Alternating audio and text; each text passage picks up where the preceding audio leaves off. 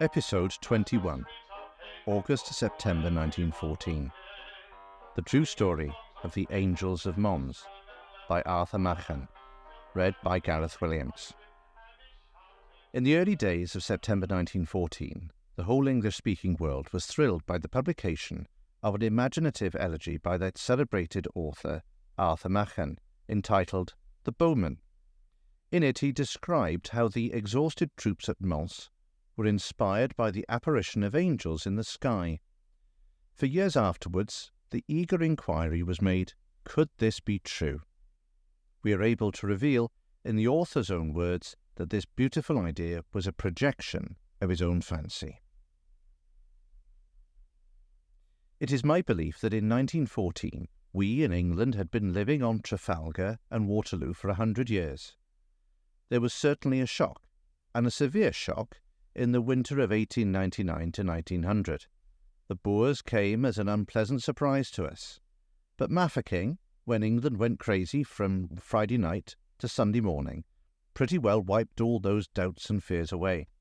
After all, we said in our easygoing, pleasant manner, this is only a dress rehearsal for Armageddon. And were sure, in the actor's phrase, that it would be all right on the night. Not for a moment would I say that we were a blusterous and a boastful nation.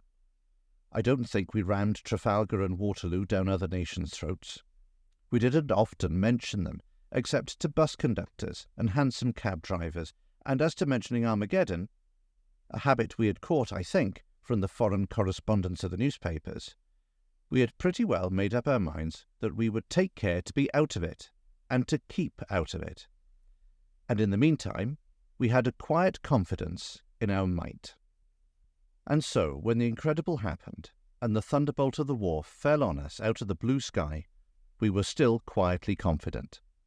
The battle, we heard, was to begin on Belgian fields. Waterloo was in Belgium. All right on the night. I looked out of my window one Sunday morning, towards the end of the August of 1914, and saw some newspaper bills in front of the little shop over the way, and saw that the night had come. It was not at all the night, in the sense of the easy optimists. Nothing could be less like Waterloo. I have forgotten the detail of the newspaper account of that Sunday morning, but I remember it was a tale to make the heart sink, almost to deep despair. It told of the British Army in full retreat, nay, in headlong, desperate retreat on Paris. Nay, it told of no regular, ordered tactical movement, of no considered measure to fall back on firmer ground, that the battle might be renewed and changed to victory. The correspondent of the newspaper rather pictured an army broken to fragments, and the fragments scattered abroad in confusion. It was hardly an army any more. It was a mob of shattered men. It was said afterwards that the journalist had exaggerated what he saw, or rather, perhaps, had drawn exaggerated and erroneous conclusions from what he saw. I do not know about that. I leave the truth of the matter to the military historians, but I know what we read, and how we were sick at heart. And I suppose that in the first place it was to comfort myself that I thought of the story of the Bowmen, and wrote it in the early days of September. And perhaps I had better go into the box for the last time, and swear once more that the tale is mere and sheer invention, that I made it all up out of my own head, and that to the best of my knowledge and belief, it is entirely without any foundation. It was published in the Evening News, I think, on September the 29th. On this day is held the feast of St. Michael and All Angels, and the date seems to have had its influence on the fortunes of the story.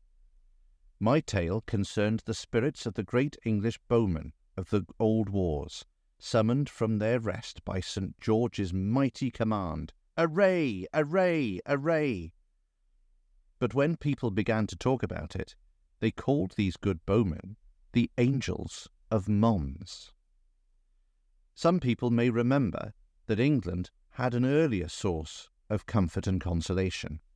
I should say assurance, for I think it was almost in the first days of the war, some weeks before the retreat from Mons, that everybody was talking of the Russians. 300,000 Russians, as Jos Sedley assured his sister Amelia, were coming to our assistance. Their trains had been observed passing with drawn blinds through Ealing, Moreton-on-the-Marsh, Rugby Junction, through any station and every station. There were myriads on myriads of them, and your friends got extremely cross if you hinted a doubt. And this is still a matter for curiosity. Nobody knows the origin of this magnificent fable. Here, again, there was no trace of a fundamentum in re, or, in plain English, not a word of truth in the story.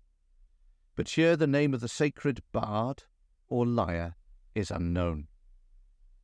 But the Russian hosts faded gently away, and the British army was left to fight its own battles at Ypres and elsewhere, and the bowmen, who had turned into angels, took the place of the forces of the Tsar.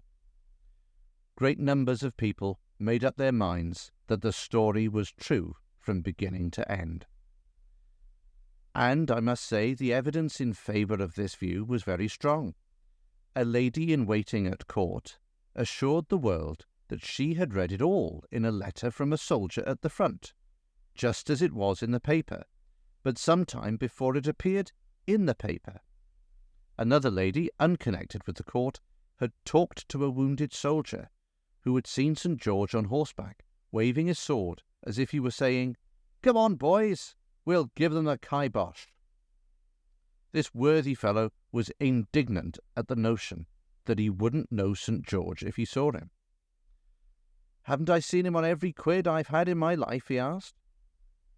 Then there were all sorts of confirmatory allegations, quotations, asseverations, and citations, many anecdotes, and the story of Elisha.